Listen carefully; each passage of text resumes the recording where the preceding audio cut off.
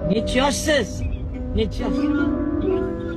24 yoshimda men o'zimcha daxuya narsa ko'rardim deb yurardim. Hozir 40 ga kirdim. Nixuya ko'rmagan ekanman. 24 dan bu yoqqa ham ko'p narsa ko'rdim borku. Voy bilat. Bolasini boshiga qo'lini qo'yib qasam ichganini ham ko'rdik. Qur'on kitobi o'qib qasam ichganini ham ko'rdik.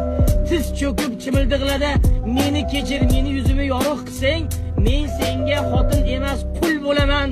Oyog'ingni yuvib choyni o'rniga damlab ichaman deganlarni ham ko'rdik. Oxiri orada 1-2 yil o'tgandan keyin sen ahmoq yuzimga tik qarab, onamga hali qo'l ko'tardingmi, sen haromi, sendaqa xotinim yo'q desam, janjal ustida men seni endi akalaringga 2-3 yil oldingi aybingni aytaman. Chimildidagi oqshommi deganimda u nima dedi? Qo'lini biqiniga qo'yib turib, sansirab, "Yo'q, sanmi? Endi qanday takazot qilasan?" 5 degandi. Takishdi, o'shaning uchun ko'p odamning ko'z yoshiga ham ishonmang. 90% holatlarda bu ko'z yoshlar vaziyatdan chiqib ketish uchun qurol rolida bo'lib qolishi mumkin.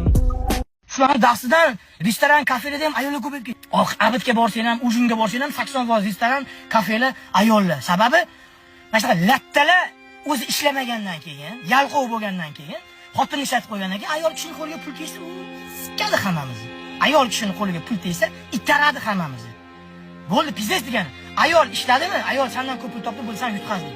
Bu hayot yutqazding, ajrashib olaver, javob beraver. Skaska u hammasi. Er xotin qo'sh ho'kiz, bir bola ho'kiz, ola ho'kiz. Yo'q, 40 yildan keyin bo'lishi mumkin, bir-birini tushunib, farzandli bo'lib ketgandan keyin, chiroy ketib, anaqa bo'lgandan keyin. Yo'q, ayolga bitta xo'jayin bo'ladi, erkak.